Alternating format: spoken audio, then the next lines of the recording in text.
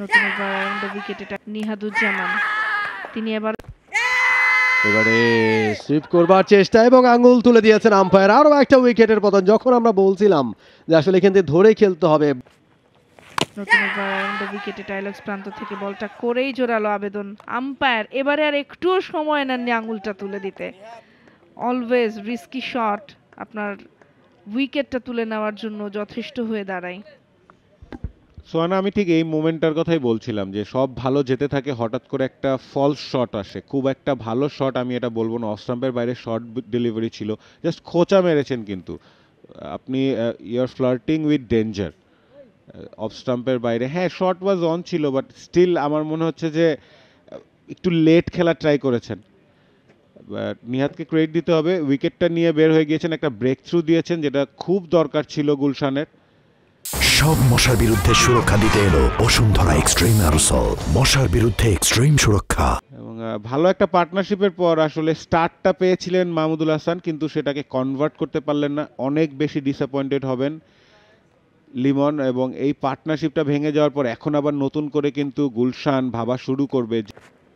নিহাদুজ্জামান, তিনি এবার জোরালো আবেদন এনেছেন এবং আম্পায়ার কিন্তু দেরি করেননি, আরো একটা উইকেট এনে দিলেন নিহাদুজ্জামান। ক্যাপ্টেনকে খুশি করতে পারবেন নিশ্চয়ই। এক্স্যাক্টলি, তানভীর হায়দার রানের খাতাটা ওপেন করার আগেই তিনি আউট হয়ে ফিরে যাচ্ছেন, এবং যার কথা বলছিলাম নিহাদুজ্জামান, অবশেষে তিনি এই ওভারে উইকেটটা পেলেন। মাত্র একটা রান খরচ করেছেন 5টা বল থেকে এবং উইকেটে দেখা পেয়ে গেলেন। আরও একবার আমরা দেখছি, অফ স্টাম্পের বাইরে পড়ে বলটা ভেতরে ঢুকছিল, ঠিকঠাক মতো বলের লাইনে খেলতে পারেননি, এজ হয়ে সেটা চলে গেছে উইকেট কিপারের কাছে এবং পঞ্চম উইকেটের পতন।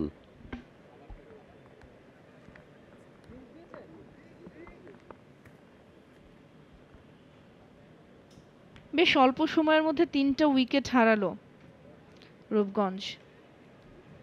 দলের রান সংখ্যা 150 পেরিয়েছে, তবে তানভীরের কাছ থেকে একটা বড় ইনিংস আশা করেছিলেন হয়তো বা ক্যাপ্টেন, বাট সেটা কিন্তু আর হলো না।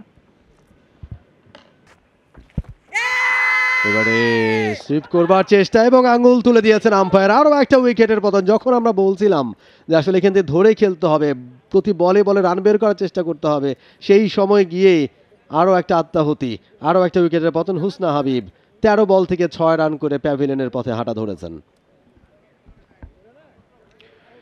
লাইনটা মিস করেছিলেন, সুইপ করতে গিয়েছিলেন, ভাবছিলেন বলটা টার্ন করবে কিছুটা, তবে স্ট্রেটার ছিল নিহাদুজ্জামানের বল, কিন্তু লাইনটা ধরেই রেখেছিল এবং দেখেই মনে হচ্ছিল যে প্লাম। আম্পায়ারের জন্য খুব বেশি ডিফিকাল্টি ফেস করতে হয়নি আঙ্গুলটা রেস করার ক্ষেত্রে। নিহাদুজ্জামান আরও একটি উইকেট পেলেন এবং ব্রেক থ্রুটা দিতে সক্ষম হয়েছেন। 192 রূপগঞ্জের জন্য এবং 7 উইকেট পড়েছে তাদের।